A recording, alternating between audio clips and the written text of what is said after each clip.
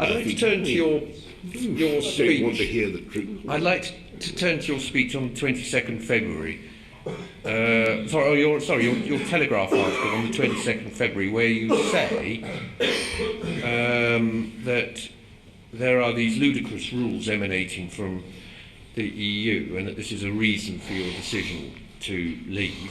And one of the rules that you cite, one of the ludicrous rules, and I quote, is an EU rule that says you can't recycle a tea bag and that children under 8 can't blow up balloons.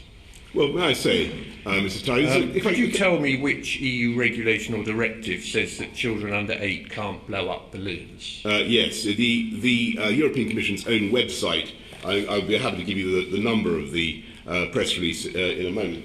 The European Commission's own website says that adult supervision is required in the case of the use of uninflated balloons by children under 8.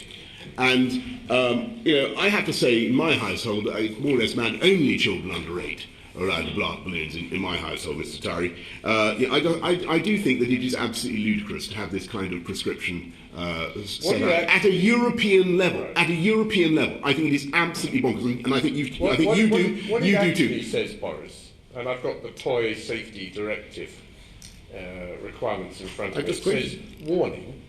Children under 8 can choke or suffocate, and it's asking that this warning be placed on the packaging. It's not requiring or forbidding. It's requiring it to be placed on the packaging. It's requiring a warning to be placed on the packaging. It's not prohibiting children from under 8 from blowing up balloons. Well, I think even the European Union will be very hard put to invigilate people's households in such a way as actually to prohibit people from blowing up balloons, people under 8 from blowing up balloons. Andrew, on your point about recycling tea bags, which you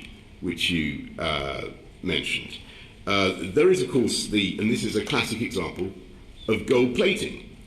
The EU Animal Byproducts Regulation of 2002 stated that stuff that had come into contact with milk or with meat could not be recycled.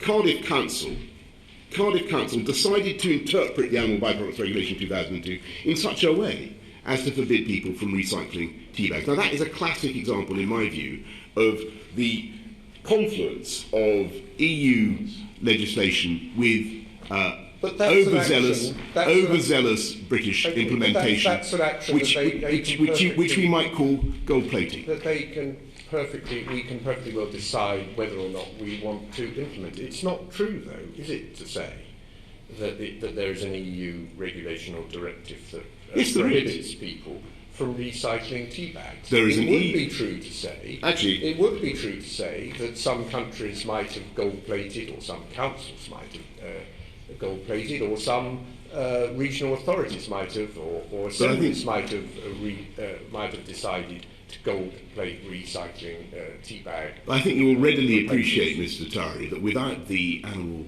Byproducts Regulation of 2002, there would be no scope for the Council to institute that prohibition, and that is the. They are relying on the on EU regulation, as I say, Animal Byproducts Regulation 2002, which I seem to remember.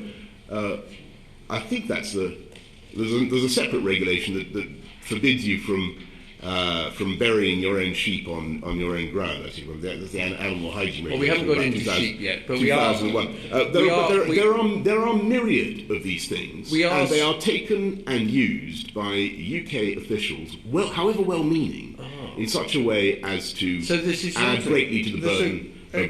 Taken and used by or misused by by British officials on the back of something from the EU, which is not something which prohibits people from recycling tea bags, isn't it? What it does, it's a misrepresentation to say that people are prevented from recycling tea bags. Well, they are by Cardiff Council as a result of